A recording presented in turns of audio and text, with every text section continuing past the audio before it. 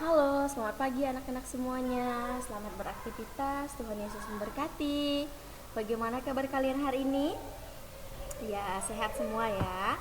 Nah, anak-anak, hari ini kita akan menyelesaikan pembelajaran tematik kita, yaitu tema 5 subtema 3, pembelajaran 5 dan 6 ya.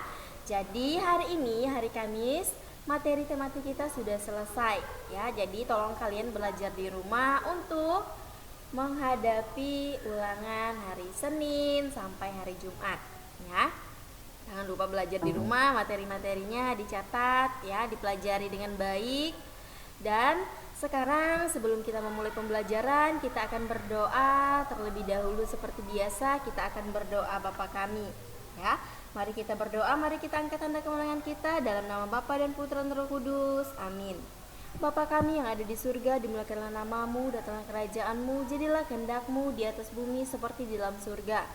Berilah kami rezeki pada hari ini dan ampunilah kesalahan kami, seperti kami pun mengampuni yang bersalah pada kami, dan jangan masukkan kami ke dalam percobaan, tetapi bebaskanlah kami dari yang jahat. Amin. Dalam nama Bapa dan Putra dan Roh Kudus. Amin. Oke, sekarang kita akan lihat materi yang akan kita pelajari pada dua pelajaran hari ini. Yang pertama itu adalah Kesultanan Aceh Darussalam, yang kedua SBDP, yang ketiga menyampaikan informasi, dan yang keempat itu adalah makna sila kelima Pancasila. Nah, langsung saja kita masuk ke materi yang pertama. Buka buku LKS kalian, pembelajaran 5 halaman 90, yaitu tentang Kesultanan Aceh Darussalam. Nah, Kesultanan Aceh Darussalam ini didirikan pada awal abad ke-16 oleh Sultan Ali Mukhayat Shah.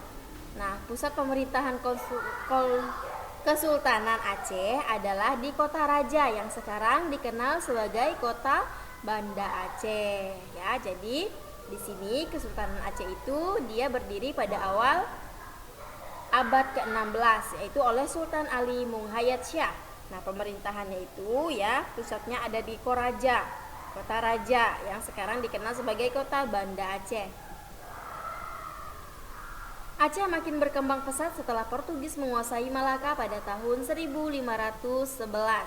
Nah, Aceh mencapai kejayaan pada masa Sultan Iskandar Muda yang memerintahnya pada tahun 1607 sampai 1636.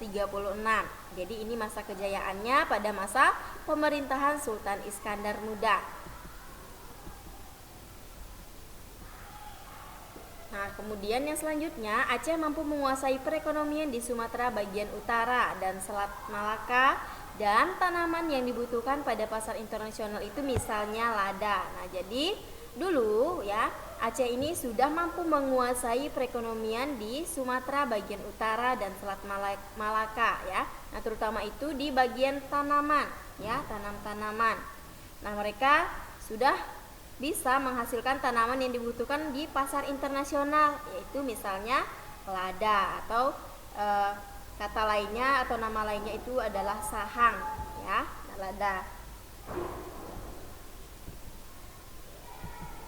Nah, kemudian pengganti Sultan Iskandar Muda adalah Sultan Iskandar Tani ya, yang mampu mempertahankan kejayaan Aceh. Nah, jadi di sini yang menggantikan Sultan Iskandar Muda itu adalah Sultan Iskandar Tani. Nah, dia mampu mempertahankan kejayaan Aceh dari kejayaan yang sudah diciptakan oleh Sultan Iskandar Muda.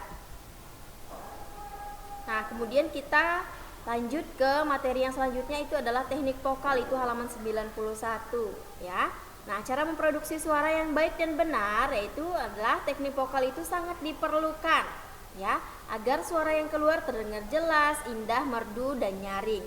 Ya, ini yang dimaksud dengan teknik vokal, yaitu bagaimana kita memproduksi, bagaimana kita mengolah suara kita agar suara kita itu yang keluar itu terdengar jelas, terdengar indah, nyaring dan merdu.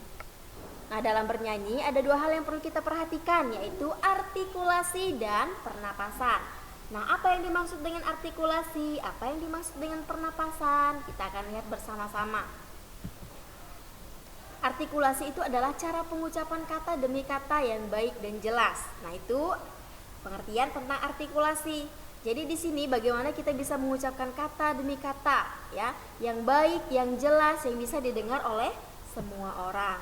Nah, kemudian pernapasan.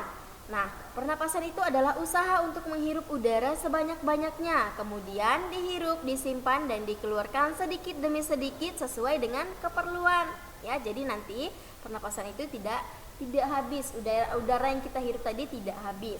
Ya, jadi kita hanya mengeluarkannya sedikit demi sedikit sesuai dengan kebutuhan atau keperluan kita.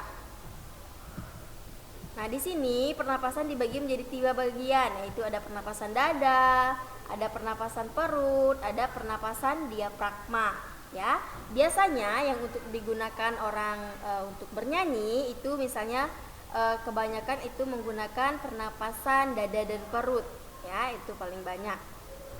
Nanti kalian bisa cari ya penjelasannya mengenai pernapasan dada, pernapasan perut, pernapasan diafragma. Ya, kalian bisa browsing di internet ya tentang ketiga pernapasan tersebut.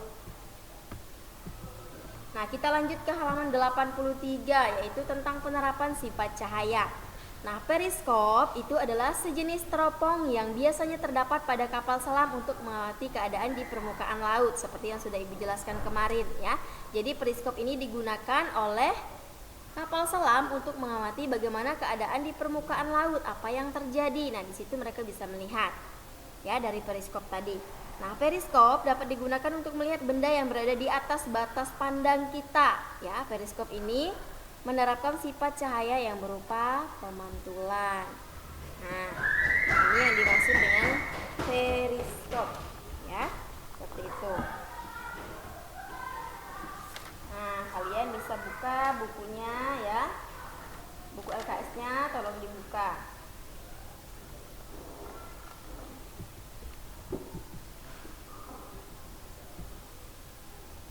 Yang selanjutnya itu adalah menyampaikan informasi. Nah, itu masuk ke pembelajaran 6.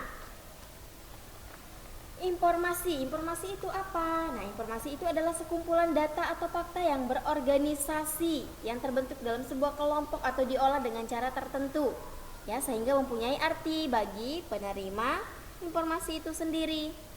Nah, ada langkah-langkah berlatih informasi. Yang pertama, kita dapat membaca informasi 2 atau 3 kali, kemudian mencatat pokok-pokok dari informasi atau hal penting dari informasi tersebut, menuliskan ringkasan informasi berdasarkan pokok-pokok informasinya.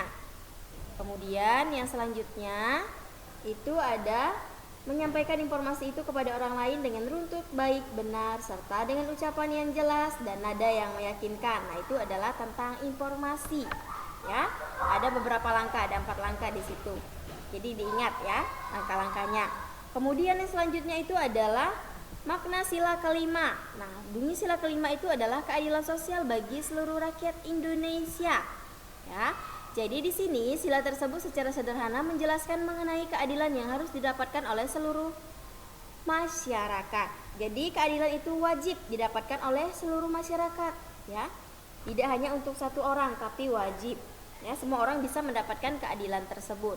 Nah, keadilan ini berlaku untuk seluruh aspek kehidupan, termasuk hak dan kewajiban masing-masing setiap individu. Ya, jadi keadilan ini berhak untuk didapatkan oleh semua orang sesuai hak dan kewajibannya tadi. Nah, keadilan sosial juga memiliki berarti tidak boleh mementingkan diri sendiri, ya.